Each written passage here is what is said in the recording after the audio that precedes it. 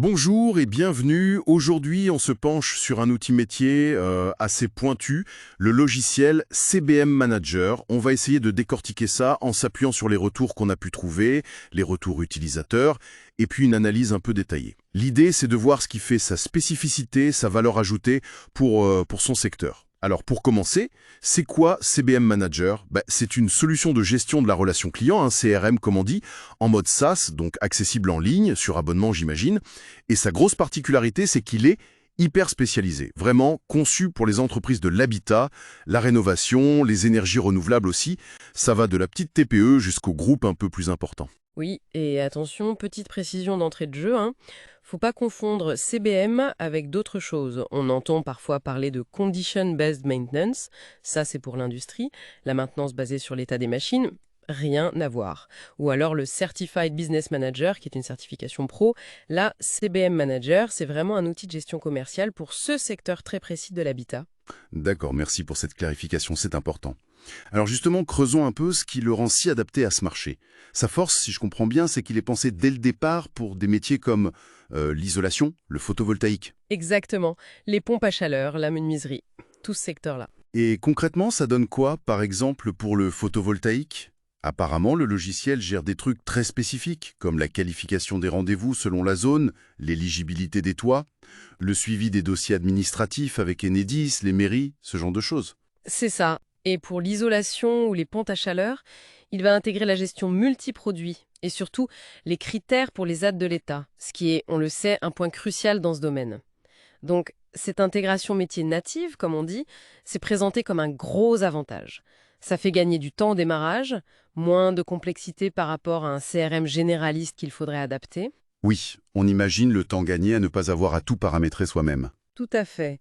L'impact de cette spécialisation verticale, c'est sans doute ça le cœur du réacteur. Pour une boîte du bâtiment ou de la rénovation, avoir un outil qui parle déjà sa langue, qui comprend ses processus, ça peut vraiment booster l'efficacité. On évite potentiellement les personnalisations qui coûtent cher et qui prennent du temps, qu'on voit souvent avec les CRM plus classiques. L'outil est censé coller au terrain, quoi. Mhm.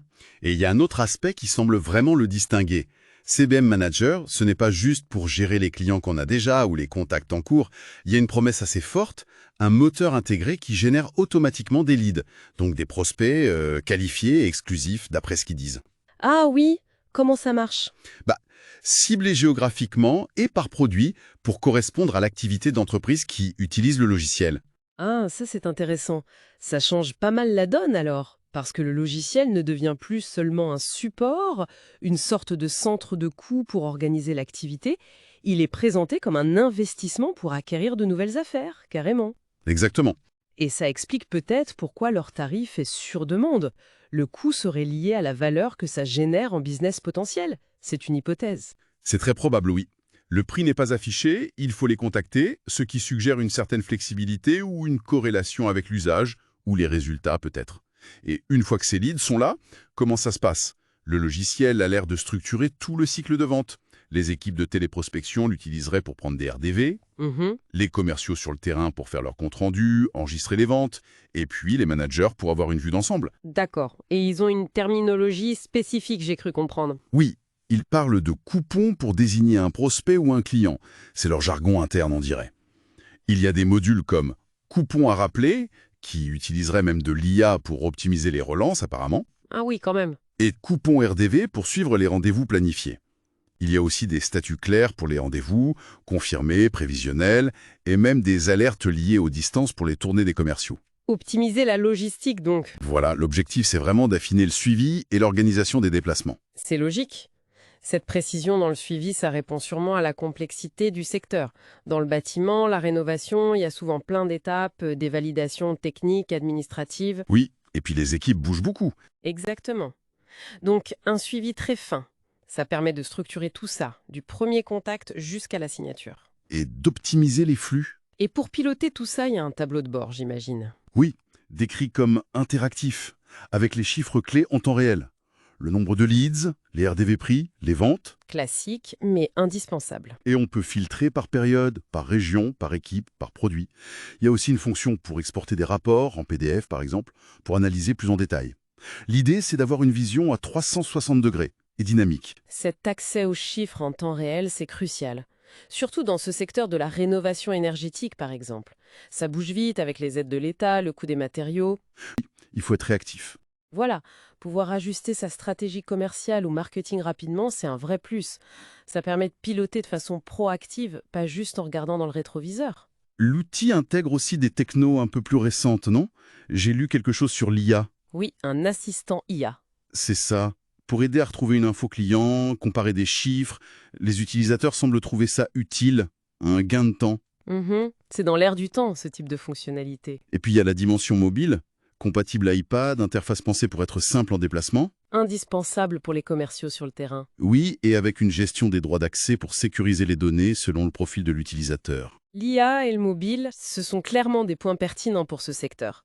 Ça répond aux besoins de productivité des équipes nomades, pouvoir consulter et saisir des infos facilement depuis une tablette chez le client, c'est un besoin de base aujourd'hui. Justement, venons-en à l'expérience utilisateur.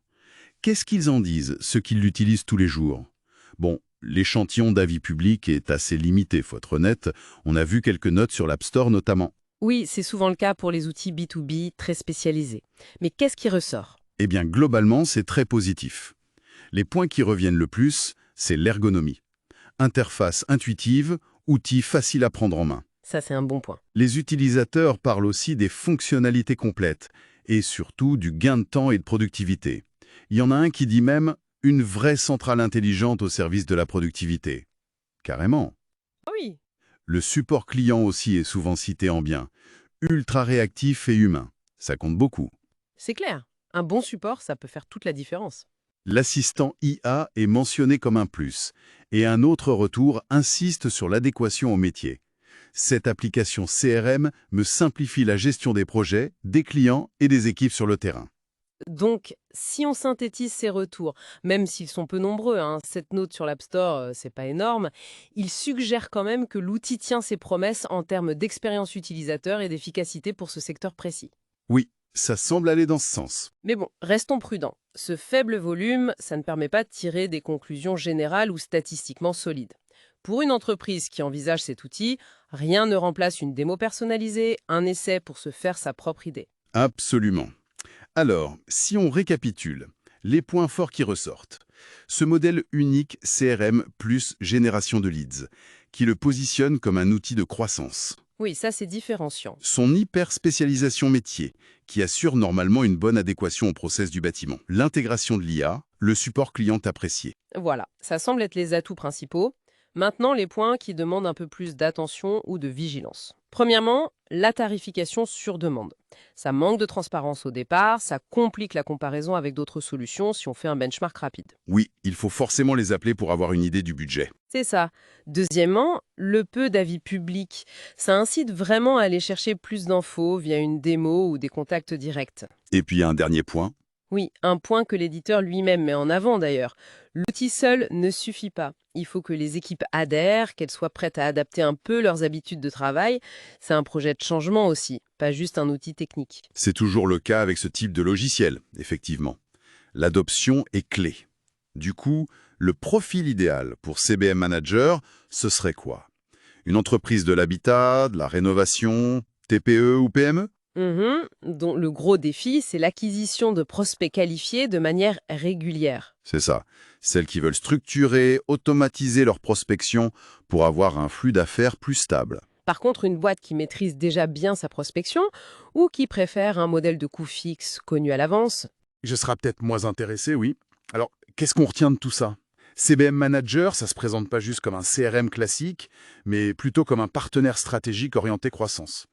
C'est vraiment cette capacité à générer des opportunités, en plus de les gérer, qui fait sa différence majeure.